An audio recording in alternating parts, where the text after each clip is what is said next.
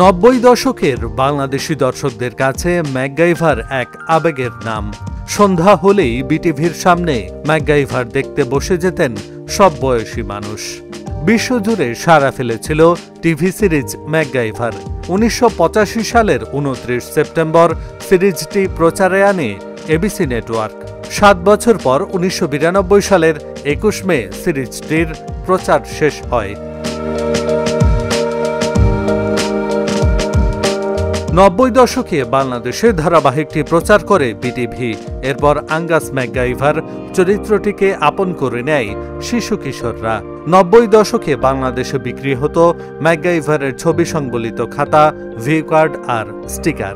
MacGyver হওয়ার স্বপ্ন দেখত শিশু কিশোররা।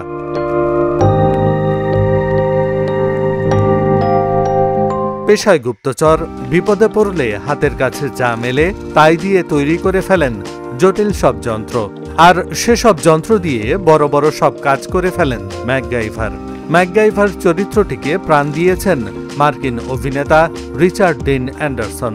তবে ম্যাকগাইভার নামেই দর্শক তাকে চেনেন বেশি। ১৯৮৫ সালে ম্যাকগাইভার সিরিজে নাম লেখান অ্যান্ডারসন। ১৯৯২ পর্যন্ত ম্যাকগাইভার সিরিজে কাজ করেন। ম্যাকগাইভারে নিজেই নিজের স্টান্ট করেছেন অ্যান্ডারসন।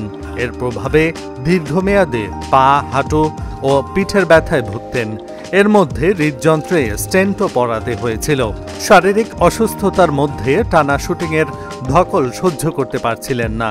অভিনয় ছাড়ার এত বছর পরও কাজের প্রস্তাব পান অ্যান্ডারসন। তবে আর ফিরবেন না এমন সিদ্ধান্তে অটল রয়েছেন এই অভিনেতা। এহসানুল হক, ঢাকা জার্নাল।